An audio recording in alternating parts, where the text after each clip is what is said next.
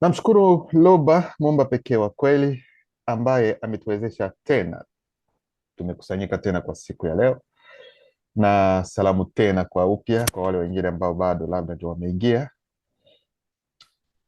Namshukuru Loba kwa sababu ametuwezesha, tumeujua ukweli, na ukweli unaendelea kutuweka huru kuwa watu wazuri, watu ambao wanaotembea kulingana na mafundisho husika ambayo tunayapokea kila wakati kutoka kwa mzaliwa wa pili ambaye ni Zula 100. Kipindi hiki ambacho tunaishi ni kipindi cha neema ambayo sijui naweza nikailinganisha na kitu gani, kwa sababu hii neema ambayo tumeipata sisi, wengine hawakuipata. Miaka maelfu na maelfu ambayo imepita, na hata baada yetu hii neema wengine hawatakuwa nayo ya kuwa na mzaliwa wa pili katika kipindi hiki, lakini katika kipindi chetu hiki ndipo mzaliwa wa pili tunaye, na akiondoka ameondoka. Hilo lieleweke vizuri. Akiondoka ameondoka. Kwa hiyo sisi ambao tuko katika kipindi chake, hii ndio neema ambayo tumeipokea sisi kwa siku ya leo, aidha kwa nyakati hizi ambazo tunaishi. Lakini hiyo sio tema ya siku ya leo. Hatutaongelea mzaliwa wa pili, hapana, lakini tutaongelea mafundisho pia ambayo anayoyatoa, ila huwezi ukatenganisha mzaliwa wa pili na mafundisho anayoyatoa. Wote ni kitu kimoja, ila hatutagusia jina mzaliwa wa pili Zula 100, ingawa katika mafundisho tutajua jina lake halisi mzaliwa wa pili, kwa sababu mafundisho ambayo tunayapata jina lake limeandikwa ndani. Tutaingia ndani ya Cala Tandemsi, kitabu cha maajabu, ambapo hakuna mchanganyiko wala kosa lolote, uhalisia wa historia kama gisi ilivyokuwa tangu hapo awali. Ndio maana siku ya leo naona kama kuna mic ambayo imefunguka, nasikia inakwaruza kidogo kidogo. Tangalia, yes. Tutaongelea tema aidha mada ambayo kwa sasa hivi hadi kwa wakati huu walio wengi wanachanganyikiwa na hawaijui, ni kuhusiana mwili wa waliofufuka. Sasa kuna ndugu mmoja ambaye aliuliza hili swali kwenye mtandao, kwenye moja ya video ambazo nimeziposti, akauliza kwamba sasa watu watafufuka na miili ya namna gani? Swali nzuri sana ambalo aliuliza, maana haya maswali walio wengi hao pia wanayauliza hayo maswali, kwa sababu sio kila mmoja ambaye anaamini katika ufufuo. Kuna wengine ambao watasema kwamba ufufuo umeshapita, wengine watasema kwamba haujawahi kutokea na hautatokea. Sasa kuna wengine ambao wanaamini ile ambao wanayoiita, sijui mkiswahili wanasema namna gani, lakini reincarnation. Yani nitaeleza ili muelewe vizuri, yani kwamba mtu anapofariki tena anazaliwa sehemu nyingine, anakuwa labda sijui alikuwa mtu, anazaliwa sehemu nyingine anakuwa labda mnyama, aidha amezaliwa amekuwa paka, aidha nini, samaki, mambo kama hayo, aidha anazaliwa katika familia nyingine. Hivi ndivyo watu wanavyosema, lakini kitendo hicho cha kuongea hivyo sio ukweli, kwa sababu unapozaliwa hapa una baba una mama.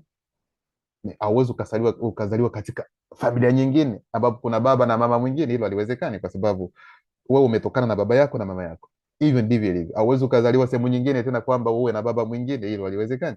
Sasa wewe uko hapo kwa sababu wewe ni tunda la baba na mama, hapana wengine.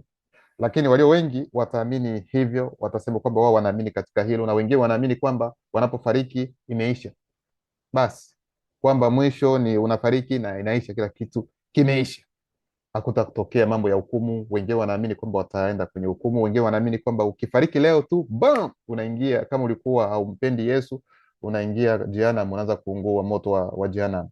Wengine watasema hivyo. Kwa hiyo kuna taarifa mbalimbali ambazo watu wanaongea kuhusiana na ufufuo na kuhusiana pia na hukumu, lakini hatutagusia hukumu, basi tutaenda tu kwenye mwili wa waliofufuka uko namna gani, ni mwili wa namna gani hasa, kwa sababu tunajua kwamba kuna aina nyingi sana za vifo ambavyo watu wanapitia. Mtu anaweza akafariki kwa sababu ameumwa, akagonjwa, yani akafariki. Kuna wengine ambao wanafariki kwa matukio yasiyotarajiwa ambao watu wataita ajali. Wengine wanafariki labda kwa kupigwa risasi, wengine kwa kunyongwa. Yani kuna aina mbalimbali. Kuna wengine ambao wanafariki kwa kuunguzwa, sijui wameunguzwa, wameteketea kabisa, wamebaki yani ni majivu tu. wengine labda wanaliwa na wanyama. Kwa hiyo kuna aina mbalimbali za vifo, na haya yote watu wanaweza wakajiuliza, kwa mtu ambaye ameungua kabisa, amebaki yani majivu tu, ikiwa tuseme kwa mfano ufufuo wa mtu wa namna hii utatokea namna gani? Hasa mtu ambaye ameliwa na mnyama, hasa ameliwa na mamba, sasa ufufuo wa mwili wa huyo mtu utakuwa namna gani? Ni swali nzuri, ni swali ambalo kila mmoja anaweza akauliza. Kwa hiyo ndio maana tutaingia katika siri ya mwili wa waliofufuka. Huo mwili uko namna gani, ndugu zangu? Na mwisho wa mafundisho tutakuwa na kipindi cha maswali pia. Kwa hiyo mtatayarisha maswali ili mpate kuuliza na mpate majibu ambayo yako sahihi.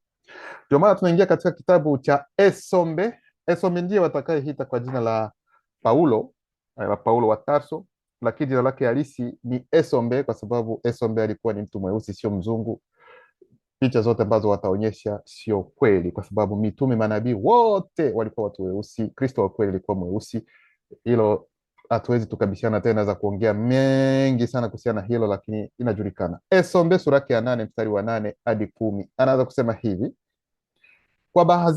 kwa baadhi kati yetu hamuishi tena kulingana na tamaa za wazungu na damu mchanganyiko metisi walioachwa peke yao, lakini kulingana na mundi, ikiwa mundi yani roho wa Luba kupitia Jokisabe ubaki katika muungano pamoja nanyi. Ikiwa mwanamume au mwanamke hana mundi chini ya vipengele vyake vyote, yeye si wake.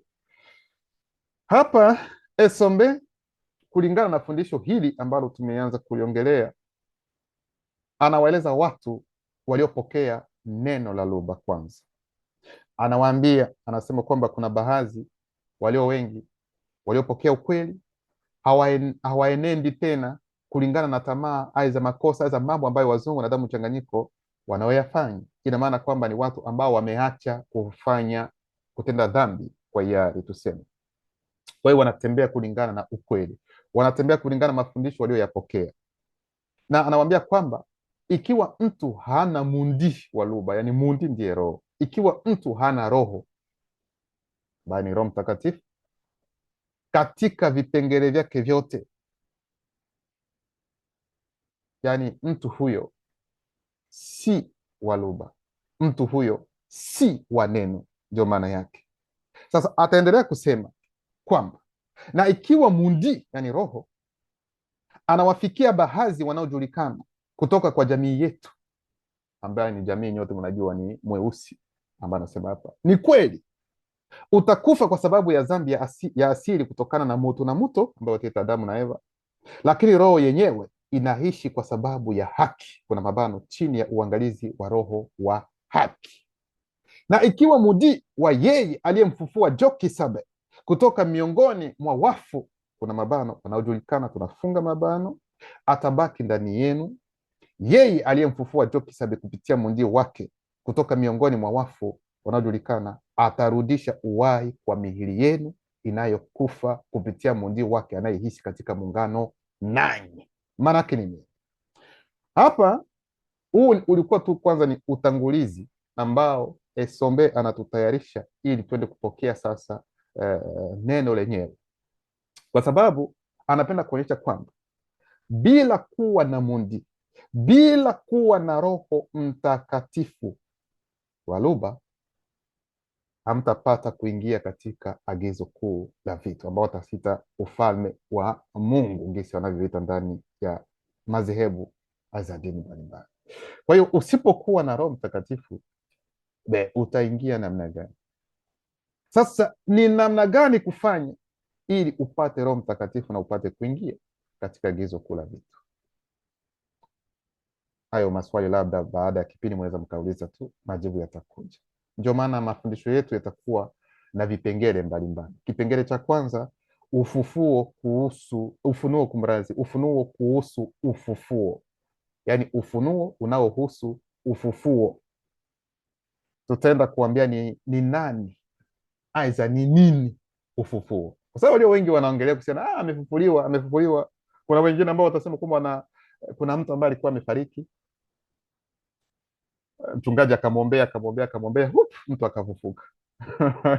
Ufufuo unafanyika namna gani? Je, kuna mtu ambaye aliye na uwezo wa kumfufua mtu kwa namna hii? Mtu ambaye anafufua mtu anatakiwa kuwa namna gani, na huyu anayefufuliwa naye pia anatakiwa kuwa namna gani, ili ufufuo huo upate kutimia, kutendeka kwa mtu huyu? Tunaenda katika kitabu cha Kudu Nemula ambayo ni Kristo wa kweli, Jokisabe, sura yake ya 35 mstari wa 16 hadi 20. Inasema hivi: Mwato ni dada, ni mmoja kati ya dada zake na yule ambaye wataita Lazaro ambaye alikuwa rafiki wa Kristo. Mwato ni mmoja kati ya dada zake. Sikiliza vizuri, kwa sababu alikuwa na dada zake hao wawili, mmoja anaitwa Mwato.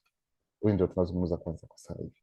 Mwato alimwambia Jokisabe, yani alimwambia Kudumane Mula, alimwambia Kristo muledi, ambaye ni mwalimu, kama ungekuwa hapa wakati Sumwane, ndio wataita Lazaro, Sumwane alipovunja kiungo na hali inayoonekana, hangekufa. Lakini hata sasa najua ya kwamba chochote utakachomwomba Tete atakupa. Jokisabe alimwambia kaka yako atarejeshwa kiroho na kuonekana wazi, kuna mabano, atafufuka. Tunasimama hapa. Kwa hiyo Mwato ambaye ni mmoja kati ya dada zake na Sumwani ambayo anaitwa Lazaro, wakati ambapo alipomwona Jokisabe ambaye ni Kristo, kwa sababu Kristo alikuwa hayupo sehemu hiyo, akapewa taarifa kwamba mwenzako yule ambaye ni Lazaro amefariki, ambaye ni Sumwani. Sasa Jokisabe atawaambia kwanza mitume wake kwamba twende eneo husika ambapo yeye amefariki, aza amezikwa. Ila kabla ya kuambia wanafunzi wake, Jokisabe hakuambia tu moja kwa moja Sumwani amefariki. Kuna maneno ambayo alitumia, wanafunzi hawakupenya haraka. Hayo ni kabla hatujafika huko pote, ndio maana nawaambia hivi, yani ndio ili muelewe na mambo yalikuwa namna gani. Akawaambia kwamba nafsi ya Sumwani imetoka ndani ya mwili. Hapo sasa ndipo wanafunzi wakaelewa kwamba yani amefariki, kwa sababu alitumia msemo kusema kwamba amelala. Hawakupenya hadi akaingia katika ufahamu mwingine. Sasa ndipo wakafunga safari, wakaelekea kwenye eneo la tukio. Wakakuta pale watu wamejaa, na unajua wasi Afrika, mtu anapofariki na mtu tena ambaye anajulikana kwa watu wengi, yani umati umejaa pale. Wengine wanalia, wanaomboleza, na wengine wanakuja kuwafariji yeye Mwatu na dada yake. Sasa aliposikia kwamba Jokisabe amekuja, moja kwa moja akamwendea kumwambia, mwalimu mledi, nina uhakika kwamba ungelikuwepo hapa kabla ya huyu kaka yangu kufariki, asingefariki. Lakini hata hivyo najua kwamba ukiomba chochote tu kwa Tete atakupatia. Ina maana kwamba ana uhakika kwamba anaweza akafufuka. Sasa kipindi hicho Jokisabe ataongea, atamwambia kwamba wewe usijali, kwa sababu kaka yako atarejeshwa kiroho na atafanya nini? Ataonekana wazi, yani kuna mabano, atafufuka. Sasa Mwatu hakuwa na penye hayo maneno ambayo Jokisabe alimwambia, na akafikiri kwamba ufufuo ambao Jokisabe anaelezea kwamba kaka yake atafufuliwa ni wakati wa mwisho, kwa sababu kuna aina mbili, aiza tatu za ufufuo. Yeye anafikiri kwamba labda kaka yake ni kweli atafufuliwa kwenye ili kwamba mambo yote, utimilifu mkuu ufanyike, yani kila mmoja apewe dhahabu, wengine wataingia katika agizo kula vitu katika paradiso ambayo anahita. Hilo mimi sina wasiwasi, hilo najua. Sasa Jokisabe yeye hakuwa anamwambia kuhusiana na ufufuo wa mwisho, hapana, kwa sababu kuna mtu anaweza akafufuliwa. Unapofufuliwa unaweza tena ukaishi katika dunia hii na ukafariki tena. Sasa ufufuo ambao Sumwani ambayo wataita Lazaro aliyoupata sio ufufuo kwamba amekuwa na mwili tukufu ili apae aende mbinguni. Hapana, ufufuo ambao ulitendeka pale ni ufufuo anarejea tena katika maisha yake, anakula, anafanya mambo mengine, na ikafika tena wakati, na inaweza ikafika tena wakati mtu akafariki tena, alafu hiyo inatokea. Sasa wengine ndio watasema kwamba inakuwa namna gani, kwa sababu mtu ameumbwa tu kufariki mara moja. Sasa kwa nini tena afariki mara mbili?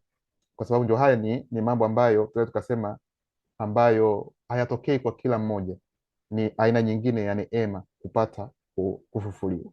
Sasa yeye hakupenya akasema kwamba mimi najua kaka yangu mwisho wa nyakati atafufuliwa, hilo halina tatizo. Lakini kwake yeye hakuamini kwamba Jokisab anamwambia kwamba kaka yake ambaye maiti, yani tuseme mwili umewekwa humu siku karibu za kutosha 3-4 ziko tayari ameshaanza kunuka. Kwake yeye anasema hilo haliwezekani. Jokisab kwake, ndio maana hakuingia katika fikra hizo, akasema kwamba ungelikuwepo kabla hajafa asingelikufa tu, tuseme aidha labda angelikufa pale na wewe uko pale, labda moja kwa moja angefufuka. Lakini siku zimepita 1 2 3 na unasema kwa na huko hakuenda kabisa.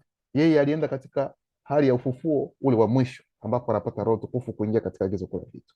Lakini ndio kisha akamwambia no, hapana, sio ufufuo huu ambao mimi nasema. Sasa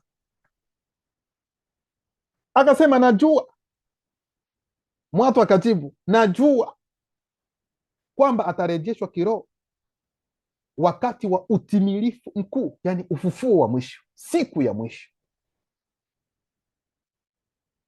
Sasa Jokisab ataenda kumfunulia sasa ni nani huo ufufuo. Nasema ni nani, hapana ni nini. Yani unaposikia ufufuo wa mwisho, ni nani huo ufufuo wa mwisho, hapana ni nini huo ufufuo wa mwisho. Liwe mnaelewa vizuri kuna tofauti kati ya nani na nini. Nasema ni nani huo ufufuo wa mwisho. Ndio maana mstari wa 20 anasema Jokisab akamwambia, wa pili na mimi ndiyo utimilifu mkuu, kuna mabano, yani ufufuo yani mzaliwa wa kwanza na mzaliwa wa pili, wao ndio ufufuo wenyewe wa mwisho, ndio utimilifu mkuu. Ndivyo anaanza kutueleza hapa, yeye anayejulikana na neno la tete na kuamini wa pili, na katika mimi ataishi kiroho hata kama atakuwa amekufa kimwili, na yeye anayejulikana na agizo kula vitu, ambaye sasa anaishi na anashikamana na wapili na ndani yangu, hata kufa kiroho kamwe. Je, unaamini hayo? Alama ya kuuliza. Kwa hiyo Jokisab anamuuliza anamweleza kwamba huu ufufuo kwanza wa mwisho huo ni mimi na mzaliwa wa pili, ndio ufufuo wenyewe. Sasa yeyote ambaye anaishi kulingana na ukweli, anaishi kulingana na roho, hata kama atakuwa amefariki kifo cha kimwili, lakini roho yake itakuwa iko huru, kwa sababu kuna aina mbili ya vifo. Unaweza ukafariki kifo cha kimwili na unafariki kifo cha kiroho. Kifo cha kimwili ina maana kwamba mwili umefariki kwa sababu yes, ni sheria, kwa sababu ya dhambi ya asili, mtu anafariki kimwili. Lakini kiroho haujafariki, ina maana kwamba umeokolewa direct. Lakini mtu akifariki kifo cha kiroho, ina maana huyu mtu atapita kwenye hukumu. Ndio maana yake. Haya mambo lazima muyaelewe vizuri, kwa sababu kuna kifo cha kiroho na kuna kifo cha kimwili. Na wakati ambapo mtu anapofariki ni wakati huo huo ambapo anajulikana ikiwa ameokolewa, aidha atapita kwenye hukumu, ili mulielewe vizuri, ingawa watu wengine hawezi wakajua namna gani, lakini huu ndio uhalisia. Sisi tunajua kwamba unapofariki kwa sasa hivi bila kuwa katika ukweli huu, tunajua kwamba umefariki kifo cha kiroho, yani utapita kwenye hukumu. Lakini kwenye hukumu huko ndio hatujajua itakuwa namna gani. Unaweza ukaokolewa tena, aidha hapana, kulingana na matendo yako. Sasa sio kulingana na imani, kwa sababu imani ni moja, imani sio mbili, sio tatu, hapana. Kwa hiyo hiyo ni tema nyingine kuhusiana na ufufuo, zaidi sana kuhusiana na hukumu. Hiyo ni tema nyingine ambayo labda mkiuliza maswali tunaweza tukaingia ndani tukatoa tena ufafanuzi, hayo mambo yatatendeka namna gani.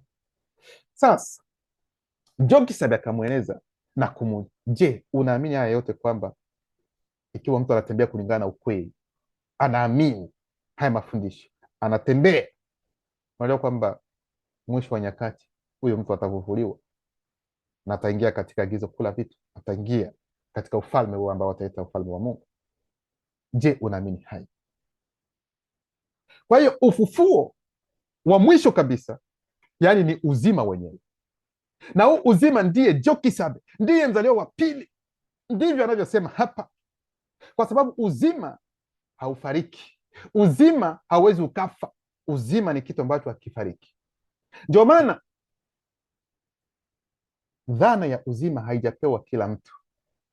Narudilia tena, dhana ya uzima sio kwa kila mtu. Sisi sote tuko hapa, wewe uko hapo, unatembea, unaongea, unakula. Swali, je, una uzima? Una uzima? Wengine watasema mimi niko mzima bwana, habari zako? Mimi mzima kaka, yani tuko sawa. Ni tunatumia ni haijawa dhambi, lakini ni vema kuelewa mzima. Mtu anapokuwa mzima, yani una uzima maana yake, na mtu ambaye ana uzima hawezi akafariki. Hivi ndivyo unavyotakiwa kuelewa. Sote tuko hai, tuna uhai. Sasa huu uhai ambao tuko nao ndio unatakiwa kubadilika ili uwe uzima, kwa sababu uhai unaweza ukafariki, unaweza ukatolewa, mtu amefariki. Lakini unapokuwa na uzima, imeisha hiyo, haiwezi, hauwezi ukafariki tena. Kwa hiyo haya ni mambo ambayo ni muhimu kuyaelewa. Sasa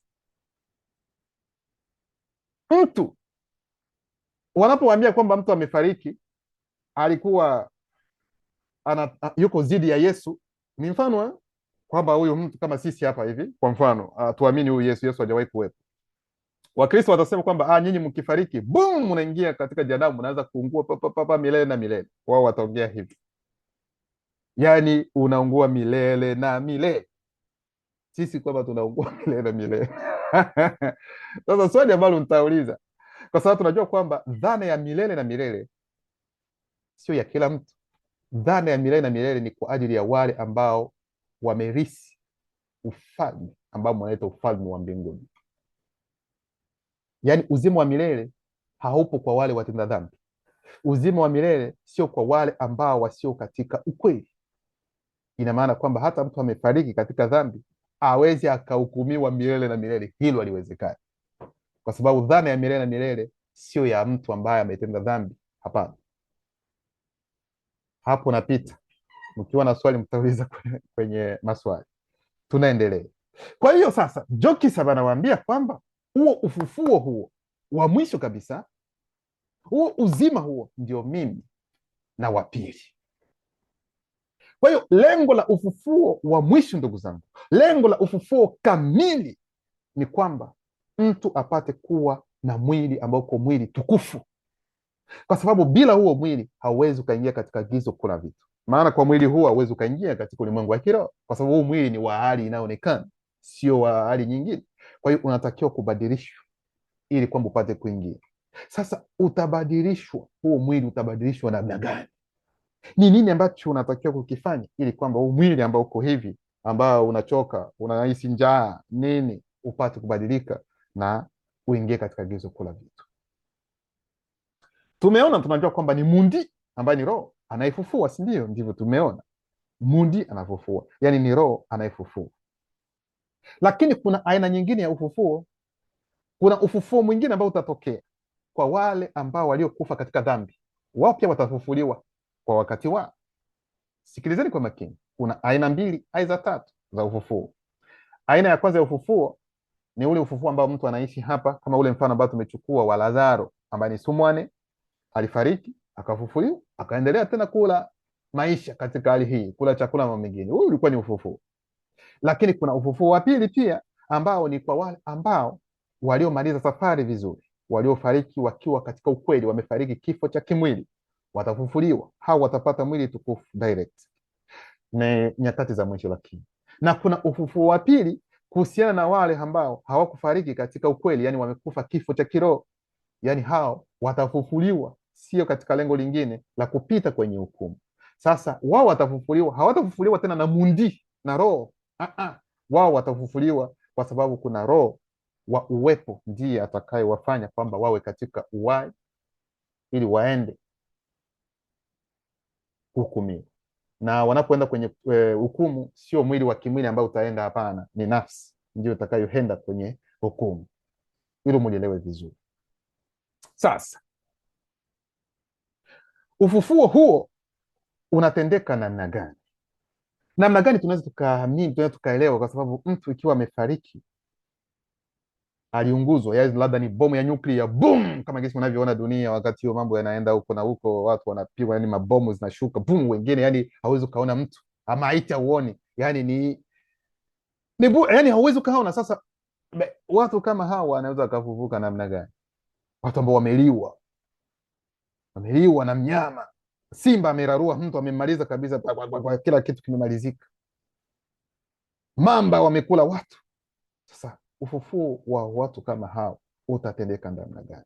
Kitabu cha Esombe ambao wataita Paulo, sura yake 26 mstari wa kwanza hadi watatu, anasema hivi: nawakumbusha kaka na dada, injili niliyowahubiria, ambayo mmepokea na mnayopokea daima, na ambayo ndani yake mnatakiwa kuvumilia, na ambayo kwayo mtaokolewa, mkiyashika kama nilivyowaambia, kuna mabano, bila marekebisho, uongo, mabadiliko, mpangilio mpya.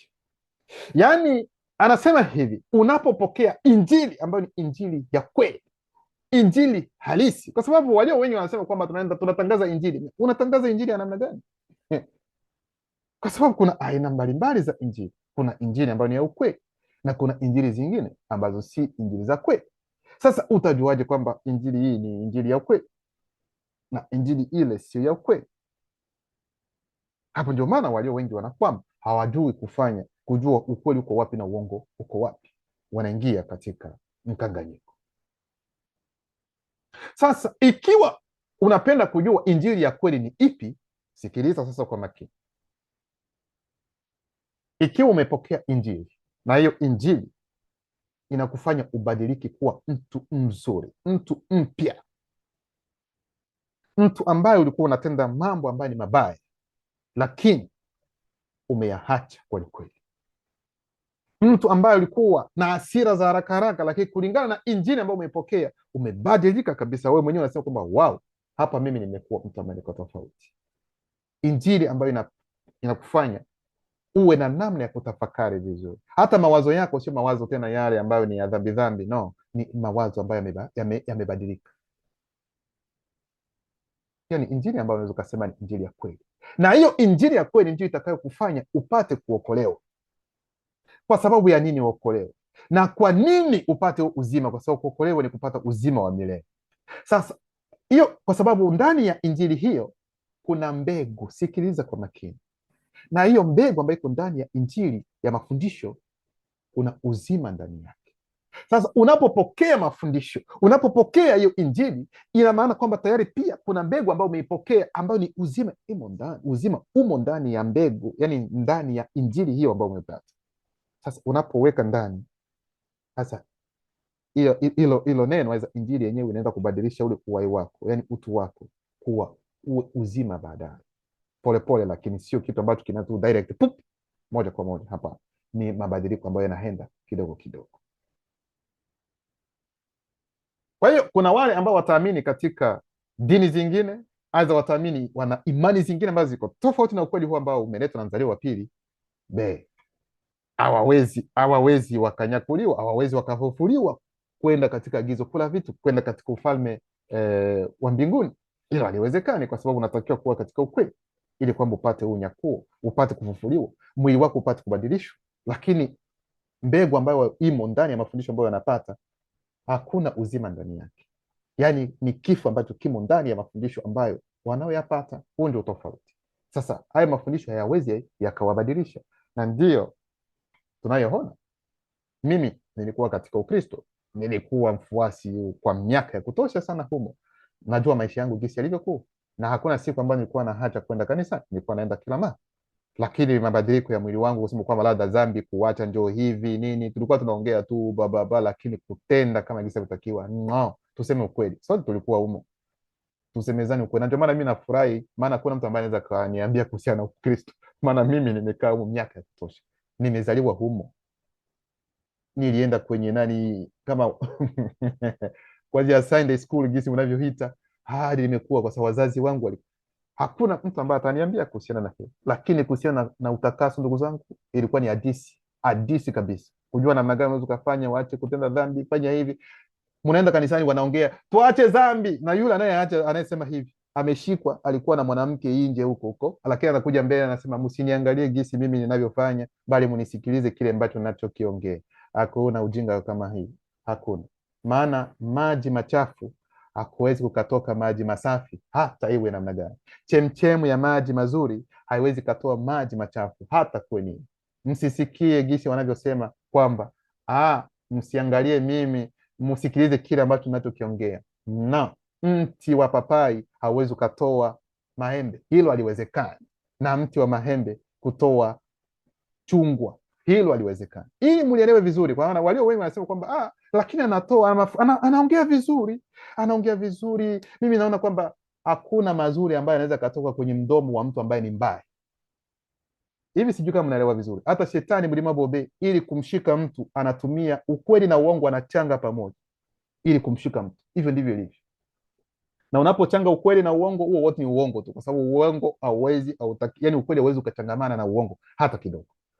Maana wanatumia uongo, wanatumia ukweli kidogo ili kumshika mtu. Ndio maana watasimama mbele majukwaani huko kwenye madhabahu, haleluya amena, haleluya amena, Bwana anasema tuache dhambi, haleluya amena. Ni hivyo tu, kila mtu anaweza akaongea hivyo. Hiyo kuongea tu kwa tuache dhambi, mtu anaweza akaongea bwana Yesu ni mwokozi, haleluya amen. Ni kawaida hiyo, ni kawaida, kila mtu anaweza akasema hivyo, lakini tuko hapa katika matendo yenyewe, kwa sababu tunatakiwa kile ambacho tunachokiongea tuige na tuwe kama jinsi tunavyosema. Huwezi ukamwambia mtu acha wizi wakati wewe mwenyewe mwizi kibaka kabisa. Hauwezi ukamwambia mwache mambo ya nani ya nani ya umalaya wakati wewe mwenyewe namba moja. Sasa hiyo haiwezekani. Kwa hiyo unatakiwa kuambia kitu ambacho wewe mwenyewe haufanyi. Mimi nitawaambia siri moja. Si unaona haya mafundisho ambayo nayatoa ya mzaliwa wa pili haya, nimeshawahi kuyaongea tena. Kwa sasa hivi tuna video zaidi ya 600, video zaidi ya 600 ya mafundisho haya. Mimi mnafikiri kwamba mafundisho yote nilianza tu kuyatoa hivi hivi tu, nachukua mafundisho ya mzaliwa wa pili na nani na tafsiri alafu natoa? Nilikuwa nachunguza, naangalia tema kwanza, naisikiliza vizuri, nikiona kwamba hii tema hiyo ambayo anaongelea haya mambo bado nayafanya, siitoi. Mimi nawaambia hiyo video siitengenezi. Lazima kwanza niangalie video ambayo najua kwamba nasikiliza, sema mimi hapa simo, na tafsiri naongea, na hapo naongea kabisa kwa sababu simo. Lakini video ambayo najua kwamba bado kuna mambo ambayo bado nayafanya, naiweka kwanza pembeni, nafanya yeye hivyo ndivyo nilivyokuwa nafanya, kwa sababu mimi mwenyewe siwezi nikafanya kitendo kama hicho, ni kama vile kujihukumu mimi mwenyewe. Naenda kuutoa mafundisho ambayo mzaliwa pili ameongea, ambayo inatukanya kuacha tabia fulani, alafu na mimi naongea hata kama na tafsiri nasema, na wakati mimi mwenyewe najua kwamba hicho kitendo mimi najukumu mwenyewe hata namna gani, hilo siwezi nikafanya. Kwa hiyo video zote ambazo mnaziona zipo naongea, ni kwa sababu mimi simo katika hayo mambo tena. Hivi mulielewe vizuri, zote ambazo mtaziona mimi simo. Kwa hivyo ndio gisi tunavyotakiwa, lakini walio wengi wanadanganywa zaidi sana wanaposikia mtu anasema tu acha dhambi, tumpende fulani, achana hivi. Hilo mtu anaweza akasema, lakini yeye mwenyewe aishi kile anachokiongea, ndio kitu ambacho ni muhimu zaidi sana.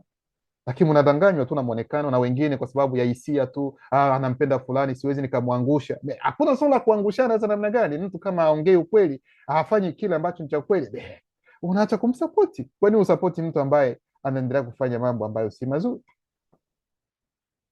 Basi Esome anasema hapa, nawakumbusha kaka na dada, injili niliyowahubiria, ambayo mmepokea na mnayopokea daima, na ambayo ndani yake mnatakiwa kuvumilia, na ambayo kwayo mtaokolewa, mkiyashika kama nilivyowaambia, bila marekebisho, uongo, mabadiliko, mpango mpya. Kama sivyo, mngeamini bure. Kabla ya yote niliwafunza kama nilivyopokea pia, niliwafundisha kwamba Jokisabe alipigiliwa misumari na kuinuliwa kwenye mti wa mateso kwa mikono ya wazungu na damu mchanganyiko metisi, waliomuua kwa sababu ya upendo aliokuwa nao kwa watu wake. Watawaambia kwamba Yesu wanu alikuja sijui Warumi wakamuua, wakamweka kwenye msalaba. Na tuachiane mambo ya uongo. Kristo alikuja na hakuja miaka 2000 iliyopita. Huyu Yesu ambaye Yesu wa Nazareti amekuja miaka 2000 iliyopita. Miaka 2000 iliyopita ni kitu gani kwa Kristo wa kweli wakati alipokuja? Kristo wa kweli alikuja katika bara letu ambayo ni Afrika. Mkitaka kuelewa ni muda gani alipofika, ni zaidi ya miaka 10,000, zaidi ya miaka 50, miaka hata 100 zaidi. Kristo kweli alikuwa tayari ameshakuja katika bara letu kipenzi Afrika. Hilo mlielewe vizuri. Huyu wao amekuja miaka 2000 iliyopita, kwa sababu ni wakati ambapo walibadilisha jina, watatumia sasa jina lingine ambao wataita Yesu. Lakini kabla hajaitwa Yesu alikuwa na jina lingine ambalo alikuwa anaitwa, alikuwa na majina mengine ambayo alikuwa anaitwa katika kila nyakati, kila staarabu. Ndio hivi, na hata wakati ambao unakuja baada yetu, ili jina ambalo mnalisikia Yesu Yesu litaisha, wataleta jina lingine, mlielewe vizuri. Lakini wakati mnapoishi katika nyakati hizi, hamwezi mkaamini, mtasema kwamba ni kawaida. Ni hilo tu ambalo lilikuwepo na ndio mimi nawaambia, huyu mnaita Yesu, jina lake hilo litaenda piu, litapotea nalo pia, wataleta jina lingine. Hizi dini ambazo mnaziita au wanaitwa hivyo, zitaisha, kutakuja aina zingine za imani. Hilo mlielewe vizuri. Ni kipindi, ni swala la muda tu, lakini haya mambo lazima muyaelewe vizuri. Kwa hiyo hapa naonyesha kwamba Jokisab ambaye ni Kristo wa kweli, waliomuua ni wazungu na damu mchanganyiko. Walimuweka kwenye mti, sio kwenye msalaba, hapana. Wakamweka kwenye mti, lakini tunajua kwa nini haya mambo yalitendeka. Tunajua kwa nini.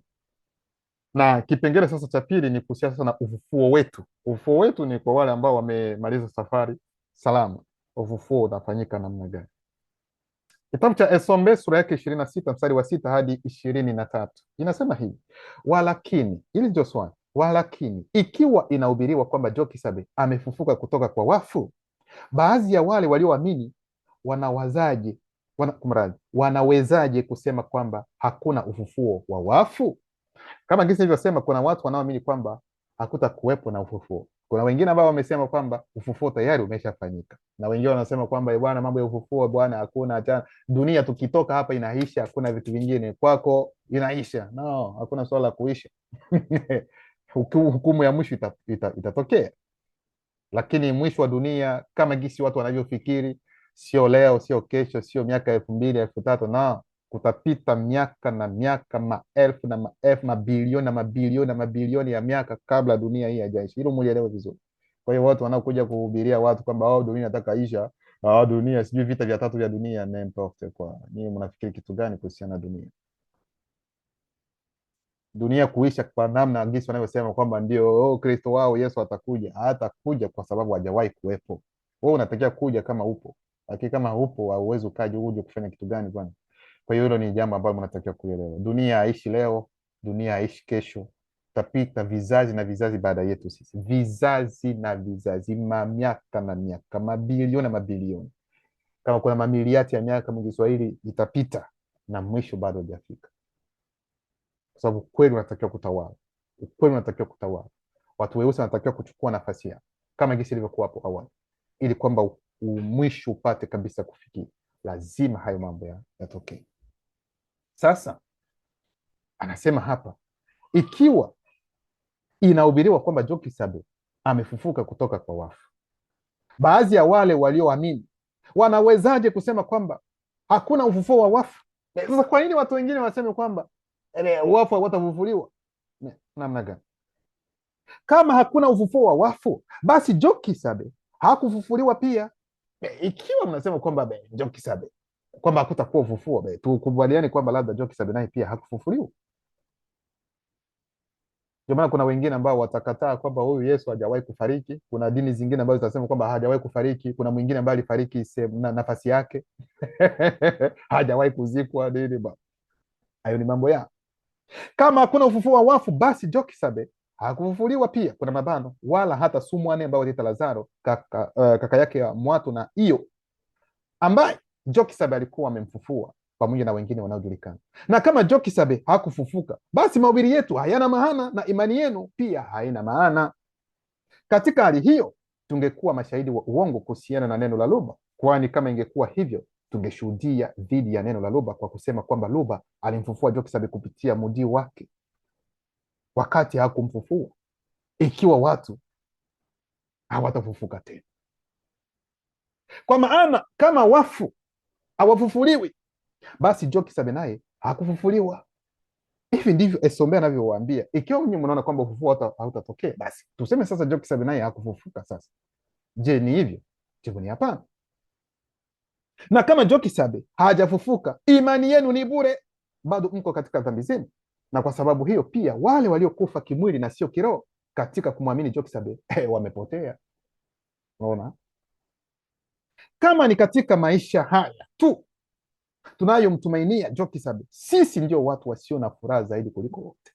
Lakini sasa Joksabe amefufuka kutoka kwa wafu. Sasa hapa anarejea kuambia kwamba hey, hiyo haya yote ambayo wanaongea kwamba kume amefufuka, Joksabe alifufuka, bali Yesu hakufufuka kwa sababu hakufariki, hajawahi kuwepo. Huu ndio tofauti. Sisi hatukatai kwamba Kristo hayupo, no, Kristo yupo, alikuwepo. Lakini kutuambia kwamba Kristo ndio Yesu, hapo hiyo haipiti, kwa sababu Yesu hajawahi kuwepo. Ni jina ambayo waliunda, walibuni, ila Kristo kweli alikuja. Walimuua, akazikwa, akafufuka, akapaa. Lakini kutuonyesha kwamba hicho kijamaa kwamba kuna jamaa mwingine anaitwa Yesu kwamba ndiye aliyefariki akawekwa kwenye msalaba, no, hapana. Na alikuwa mzungu, macho ya bluu, nywele ndefu kama mwanamke, hilo hatupo sisi huko. Huo ni uongo, huyo hajawahi kuwepo. Kristo wa kweli alikuwa mweusi ambaye anaitwa Joksabe Isaac Kuduma Nemule, kweli alifariki, na hakufariki kwa ajili ya dunia yote mzima, no. Joksabe alikuja, Kristo wa kweli alikuja, na lengo sio kwamba aje kufariki. Sio ndani ya Biblia kwamba Mungu alimtoa mwana wake wa pekee ili kwamba kila mwaminie bla bla bla, kwamba Mungu alimtoa ili kwamba afariki kwa ajili ya watu, no. Joksabe hakufariki kwa sababu ya watu wote, no. Joksabe alifariki, nikisema watu wote labda nitakuwa, hakufariki kwa ajili ya ulimwengu. Okay, hilo ndio neno ambalo ni sahihi. Hakufariki kwa sababu ya ulimwengu wote mzima, no. Alifariki kwa ajili ya watu. Maana kutofauti kati ya watu na wanadamu. Alifariki kwa ajili ya watu weusi, hicho tu. Alikuja kwa watu weusi na baadhi ya watu weusi hawakumpokea. Watachukua hilo, watasema alikuja kwa walio wake, lakini walio wake hawakumpokea, kwamba ni wana wa Israeli walio pale Palestina ambao wanapigana pale. N'importe quoi. Nyote mnaona mambo ambayo yanatendeka pale. Tunaendelea na mafundisho yetu. Kwa hiyo Joksabe amefufuka kutoka wafu, kwa maana kwa kuwa kifo kilikuja kupitia moto na muto, pia ilikuwa kupitia Joksabe na wapili Mukudumane Ekombo, kuna mabano, mlinzi wa watu, yaani mzaliwa wa pili, jina lake halisi ambalo ni la siri. Unaposema siri ambalo ni Mukudumane Ekombo, kwa sababu Joksabe ambaye ni Kristo wa kweli anaitwa Kudumane Mula, mzaliwa wa pili anaitwa Mukudumane. Sasa Mukudumane Ekombo maana yake ni mlinzi wa watu, kutoka katika maana iliyofichwa na lile la muunjedi ambayo ni mkombozi. Kwa hiyo mzaliwa wa pili anaitwa Mukudumane Ekombo muunjedi, kama mnaelewa hivi. Mukudumane Ekombo muunjedi, yaani mlinzi wa watu, mkombozi. Kutoka katika maana ya hali inayoonekana ndipo ufufuo wa wafu wasioanzishwa walioneemiwa ulikuja, kuna mabano, muda mrefu kabla ya ufufuo wa kwanza katika hali inayoonekana. Kwa hiyo ufufuo, ikiwa nataka kufufuliwa, dada yangu, kaka yangu ambaye unanisikia, ni kupitia mzaliwa wa kwanza na mzaliwa wa pili. Na tunaposema kupitia mzaliwa wa kwanza na mzaliwa wa pili, ina maana kwamba ni kupitia mafundisho ambayo tunayapokea, kwa sababu haya mafundisho tunayoyapokea ndio yatatusafisha. Kwa sababu ikiwa una moyo, aidha tuseme roho ambayo iko chafu, nafsi iliyo chafu, mwili ulio chafu, ni vigumu sana kuokolewa, kwa sababu utu wote tatu unatakiwa kuwa katika ukweli, uwe safi, ili mtu apate kufufuliwa. Vinginevyo haitawezekana. Na kama vile wote wanavyokufa katika moto na muto, vivyo hivyo wote wasioanzishwa walioneemiwa na walioanzishwa wataishi kiroho katika ukuu wote, katika Joksabe na katika wapili. Mzaliwa wa kwanza na mzaliwa wa pili, vitu vyote vimo ndani mwao. Ninaposema vitu vyote vimo ndani yao, yaani kila kitu ambacho unaweza ukafikiri kipo katika hali inayoonekana, vimo ndani mwao. Malaika, makerubi, masherafi, wote wapo ndani yao. Dunia, malimwengu yote, sisi sote tumo ndani yao, kwa sababu wote hayo mambo yote yameumbwa ndani mwao. Sasa wao wako namna gani? Wana ukubwa wa namna gani ili mambo yote hao yapo ndani mwao? Ikiwa ni kifo, utawakuta. Kuzaliwa wapo, kunyakuliwa utawaona tu. Hakuna chochote ambacho unaweza ukapitia bila wao kuwepo. Kwani Joki 72 ndio ukuu wote, kuna mabano, isipokuwa Tite, hakuna kitu kilichopo au kisichopo kilicho zaidi ya ukuu wote. Lakini mtu atasema, wafu watafufuliwaje? Watarudi wakiwa na mwili wa aina gani? Alama ya kuuliza. Swali zuri, maswali mazuri. Yaani ndugu zangu, mnatakiwa kuelewa kwamba hata kama mtu amefariki kifo ambacho zaidi, sasa tuache kwanza wale ambao wanafariki wanazikwa, miili iko pale inaenda kuzikwa kaburini, tuachane kwanza na hao, kwa sababu watu wanaweza wakaelewa kwamba ni rahisi hao kufufuliwa. Twende kwa wale ambao mnajua kwamba walifariki kifo ambacho nyote mnajua kwamba hata miili haikuonekana, kwa sababu labda iliunguzwa, iliteketezwa, ililiwa na wanyama. Hawa watu tuongelee hao, ufufuo wa watu hao utatokea namna gani? Kwanza tuchukue mtu ambaye ameliwa na mnyama. Mtu anapoliwa na mnyama, awe simba awe nani, ina maana kwamba huyu mtu yuko ndani ya nyama, si ndio? Hata kama ameliwa, tayari ameingia ndani ya tumbo ya mnyama huyu. Hapo tunakubaliana vizuri. Huyo mnyama itafika wakati ambapo ataenda kwenye haja, haya atatoa mambo yake, uchafu atatoa papa. Huyo mtu aliyefariki yuko katika haja. Hivi mnaelewa vizuri? Yumo humo, kwa sababu ndio kitu ambacho amekula. Sasa sehemu ambapo sijui labda nyasi zitaota nini, kila kitu kitaota, lakini kwa macho yetu sisi hatuoni, lakini yupo. Sasa wakati ambapo ufufuo utakapotokea utapigwa tarumbeta na kila kitu ambacho kipo pale kitatoka, na mwili utarejea kama gisi ulivyokuwa, na sio kama ulivyokuwa, utabadilika tena zaidi. Nasema ufufuo kwa wale ambao wataingia katika hizo kula kitu. Maana muelewe kwamba hata huu ufufuo ambao wanaoita wachungaji wanasema wanafufua watu, nitawapatia tu alama kidogo ambazo mtakuwa mnaangalia wale ambao wanasemekana kwamba wamefufuliwa. Alama ndogo tu. Mkisikia kwamba kuna mchungaji fulani amemfufua mtu alikuwa amefariki, nendeni mkachunguze, muangalie haya ambayo nitawaambia tu. Mkiyaona ingawa unajua kwamba ni uongo, lakini muangalie, kwa sababu kuna wengine kuamini ni kitu ambacho ni kigumu.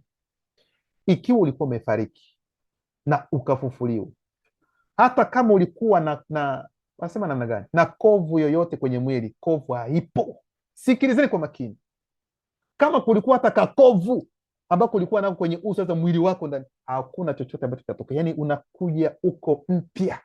Kama ulikuwa hauoni, utakuwa unaona vizuri. Kama ulikuwa mlemavu, mguu hauko sawa, utakuja miguu yote. Na hata kama ulikuwa na mguu ambao umekatika, hauwezi ukafufuliwa mguu tena umekatika, no, utarejea. Hivi mnaelewa gisi nasema? Na ni ufufuo ambao uko hapa. Kama ulikuwa unavaa miwani kwa sababu macho hakuwa naona vizuri, miwani haina maana, macho yatarejeshwa kama gisi yanavyotakiwa. Huu ni ufufuo. Hii ni alama tu kidogo tu ambayo mnaweza mkaona, lakini ya mambo utakuta mtu anasema kwamba amefufuliwa, alafu anaangalia hivi, anaanza kuomba mpatie chakula, anaanza kula wali, anakula na nyama, anaanza kukata. Mtu achie nani mambo ya uongo ndugu zangu. Tuliyaona huko Afrika Kusini jinsi walivyofanya, kwa kwamba mtu amefufuka, mtu mwenyewe yuko ndani, hajaombewa, macho ameshakuwa fanya, alafu baadaye anaitwa anasimama. Watu hawana hata tena uoga wa kiroho. Matokeo yake mnajua taarifa ya yule aliyefanywa kwamba alikuwa amefariki. Haikupita muda akafariki sasa vya kweli kweli. Na alipofariki vya kweli kweli, hakuna mtu ambaye alimfufua tena. Kwa hiyo watu wanafanya mambo sijui ni miemko, ili watu wapate kuamini watu, kwa watu hawapendi kuchunguza tena. Watu wanaposikia kitu tayari wameshaanza kupanic, ni hivyo. Watu hawana muda wa kuchunguza haya mambo yametokea namna gani. Ni kama hizo sakata ambazo zinaendelea huko katika wase. Kuna mtu wanatoa sehemu za watu za wanaume, sehemu za wanaume zinaenda, ukiguswa tu kwenye bega sehemu inaenda. N'importe quoi, tumieni hata akili. Sasa watu hawapendi kuchunguza tena. Watu wanasikia tu, wanaposikia tu moto direct wanakubali bila hata kuingia katika mafikra, kutafakari, je, haya mambo ambao wanaongea ni ukweli? Hapa Sasa hili swali ambalo limeulizwa, haya maswali mawili ambayo yameulizwa, lakini mtu atasema wafu watafufuliwaje? Watarudi wakiwa na mwili wa aina gani? Mnatakiwa kuelewa kwamba, ndugu zangu, kwenye mwanzo wa uumbaji, Loba kupitia udhihirisho wa mapenzi yake aliweka mbegu.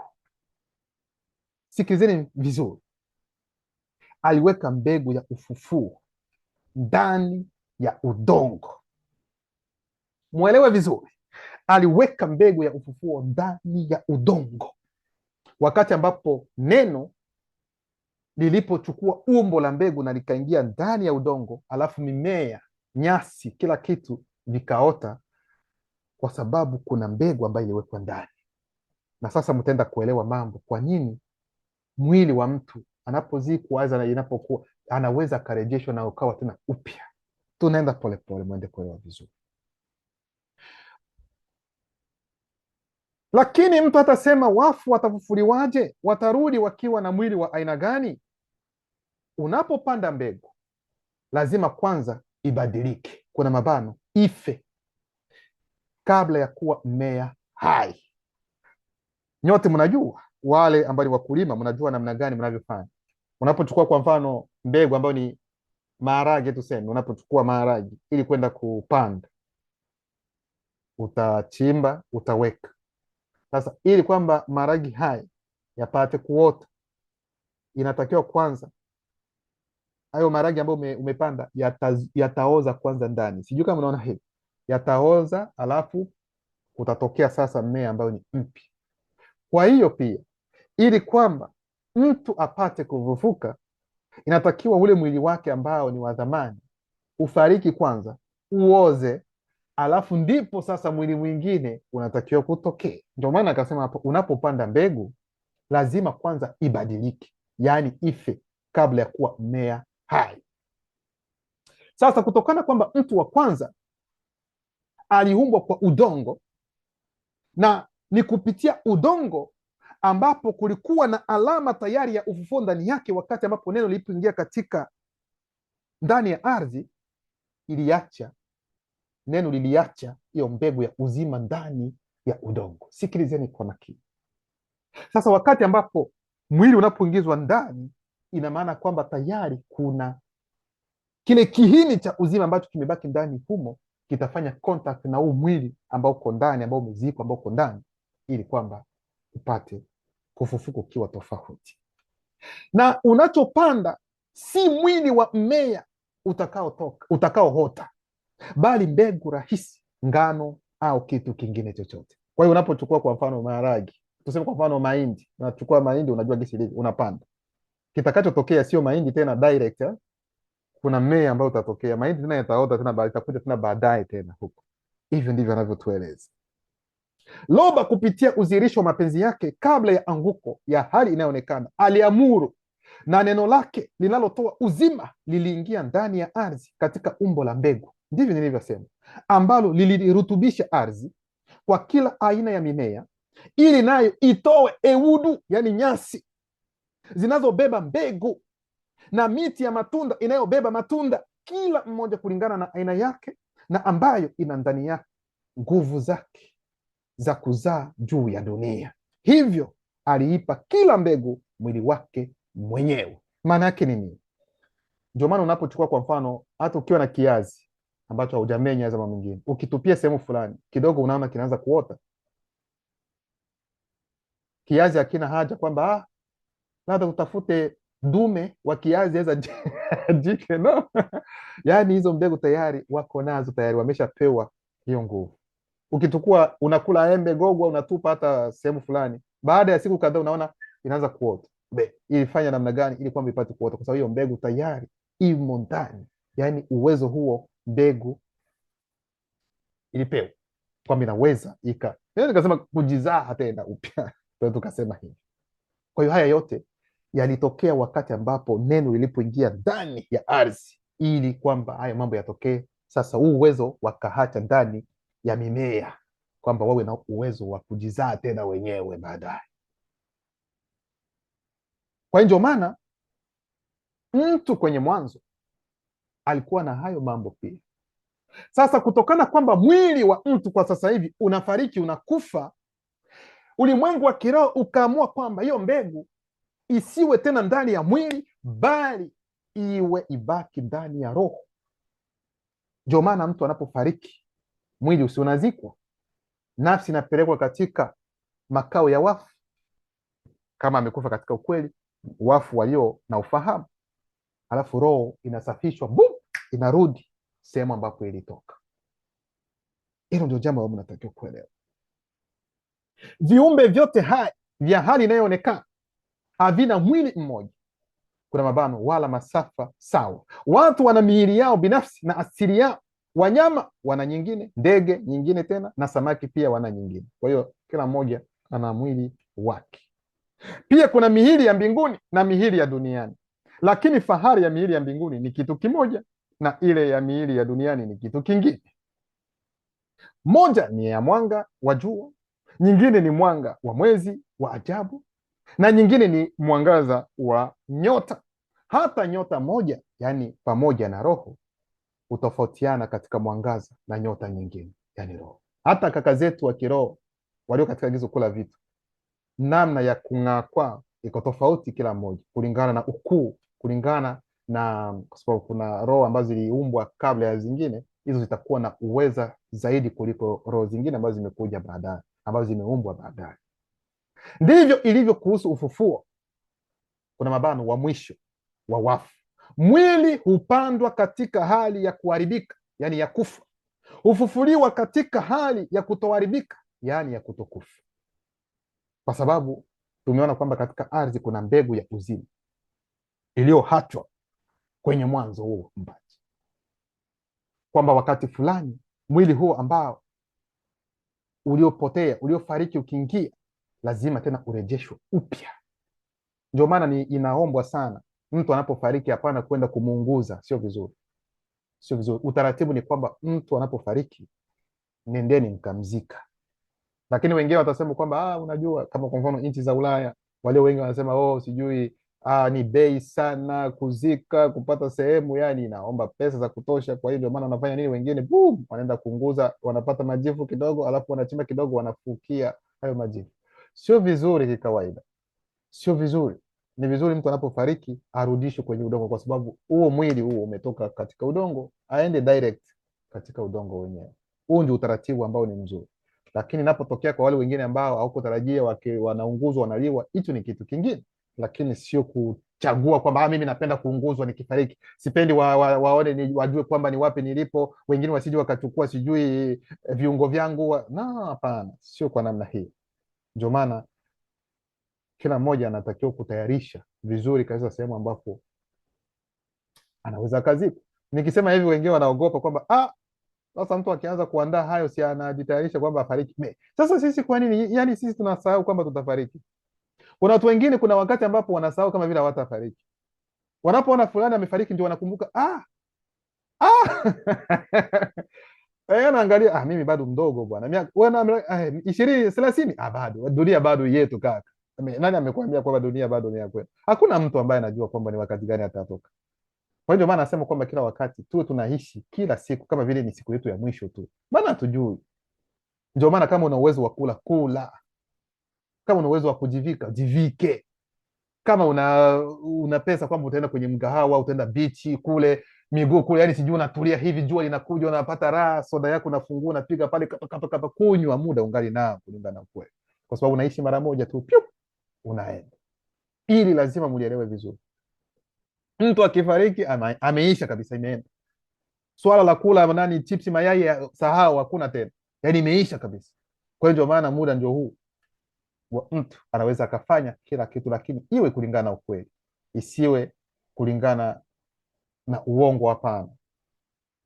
Kama unapenda kucheza, unaweka mziki wako pale, unacheza, unajisi furaha, fanya hivyo, haina shida. Yote iwe kulingana na ukweli tu.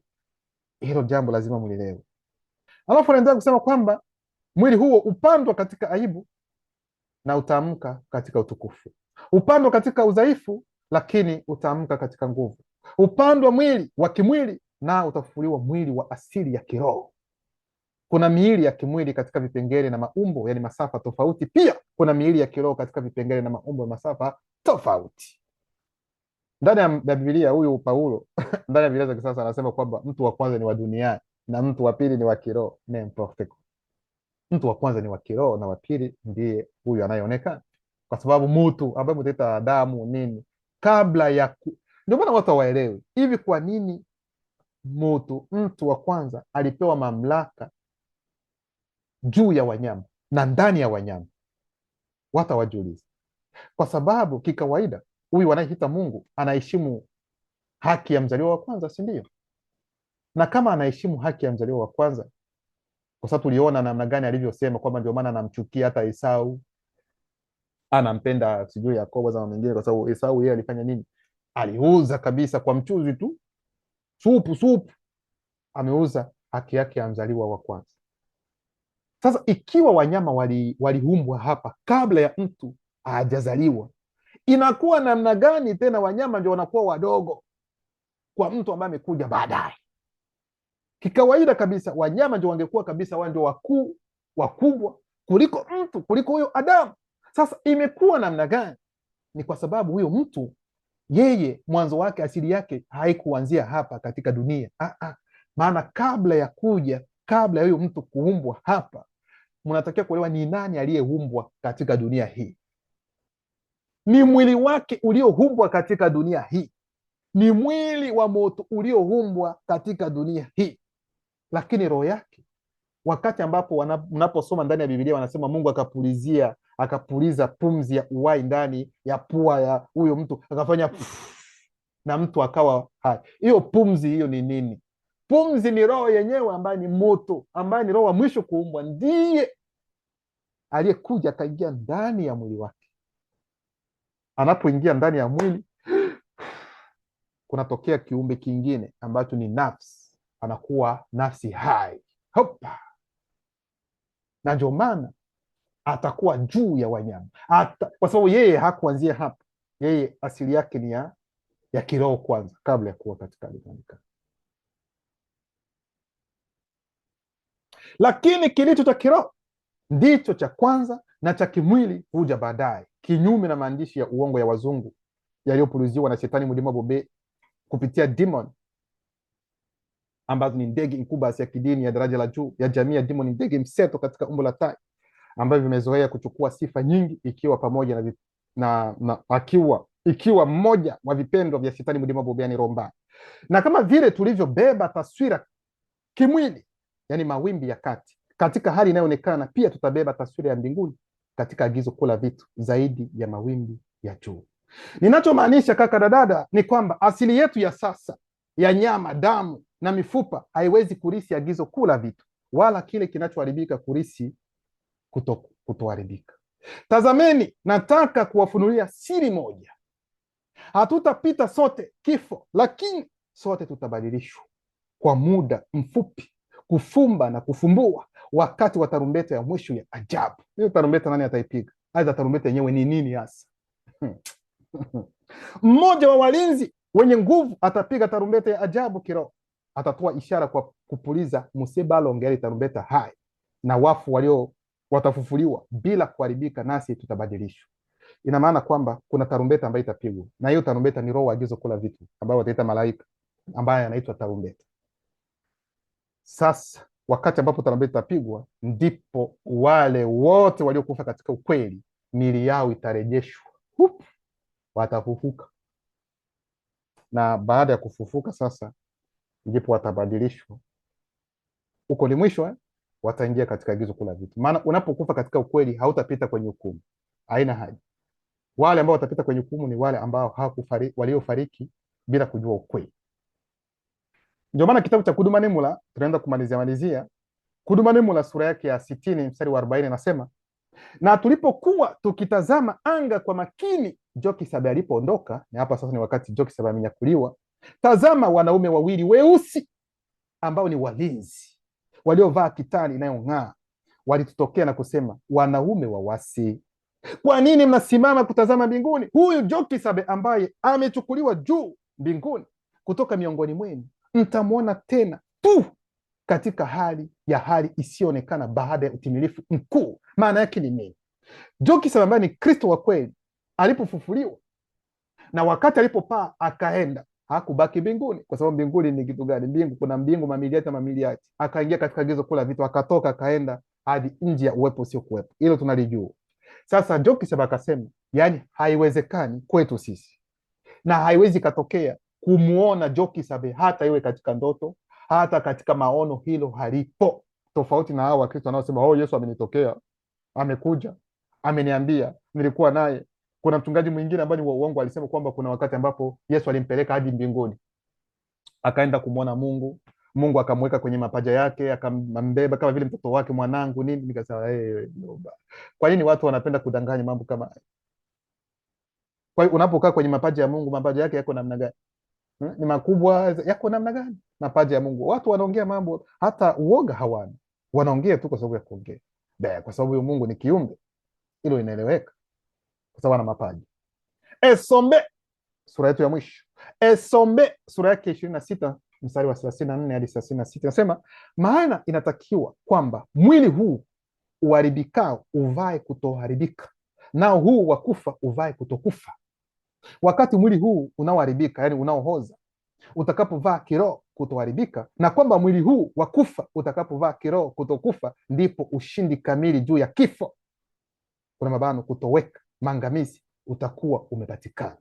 Kwa maana kifo kipo kwa sababu ya dhambi, kuna mabano, kosa, mwenendo mbaya, unajisi, anguko, na dhambi ipo kwa sababu ya kutotii, kuna mabano, kutozingatia, kushindwa, utovu wa nidhamu, uasi, upinzani, ukiukaji, uvunjaji wa sheria ya kiroho itokanayo na neno. Watu wengi wanaogopa kifo. Nasema kila wakati, watu wengi wanaogopa kifo, lakini wanashindwa kuelewa kwamba kuna mambo mengine mawili ambayo ni zaidi hata ya kifo, lakini hayo hawaogopi. Maana ikiwa hautaki kufa, kuna siri mbili tu. Yeyote ambaye hataki kufa, na unaposema kifo ni kifo cha kiroho, ikiwa hautaki kufa kifo cha kiroho, kuna mambo haya mawili. Maana kifo ni matokeo, kifo ni matokeo ya kitu ambacho umekifanya, umekitenda, ndio maana unakufa. Lakini ikiwa hautatenda hayo mambo mawili, hauwezi ukafariki. Na hayo mambo ni nini? Kitu cha kwanza ni kutokutii. Hilo ndio jambo la kwanza, kutokutii. Kutokutii nini? Sheria. Alafu baada ya kutokutii, kwa sababu haukutii sheria, ndipo mtu anatenda dhambi. Sasa wakati unapotenda dhambi, matokeo yake ni nini? Ndio kifo. Sasa kwa hiyo babu wa kifo ni kutokutii, na baba yake wa kifo ni dhambi. Kwa hiyo usipotenda dhambi hauwezi ukafariki, na ukitii hauwezi ukatenda dhambi. Na hapo hata kama utakufa kifo cha kimwili, hautakufa kifo cha kiroho, kwa sababu hicho ndio umuhimu. Maana unapofariki kifo cha kimwili na haukutenda dhambi, haufariki, uko hai, tuseme kwa namna nyingine, kwa sababu uko na ufahamu sehemu ambapo upo. Kwa hiyo wale wanaokufa bila kujua ukweli muda huu hawana ufahamu wowote, ni kama vile wamelala tu. Ndio tukasema hivi, sio swala kwamba labda wanaungua moto wa hupo wa jehanamu, watu wachie vurugu zao. Ni kama vile wamelala, wanasubiria wakati wa hukumu. Hukumu itakuwepo kweli, lakini ni wa baada ya nyakati. Na mwili unapotoka, mwili huo wa kiroho ambao ni mwili tukufu, tunaambiwa kwamba ni nishati ya hali ya juu, nishati ambayo hata hizi bomu za nyuklia ambazo unazisikia zinaendelea huko upande wa Mashariki ya Kati haziwezi zikaingia. Hakuna mtu ambaye anaweza akaangamiza roho ya mtu. Hata kaka zetu wa kiroho, malaika, gesi mnavyoita malaika, hawawezi wakaangamiza roho, hawawezi. Lazima yule aliyeumba hiyo roho, aidha anayejua namna gani roho ilivyo, ndiye anayeweza kuangamiza roho peke yake. Hilo mnielewe vizuri. Ndio maana wao wanaosema kwamba sijui wanapigana shetani, wanachukua mapanga wanaenda kumkata shetani na mapanga. Huyu shetani wa namna gani huyu?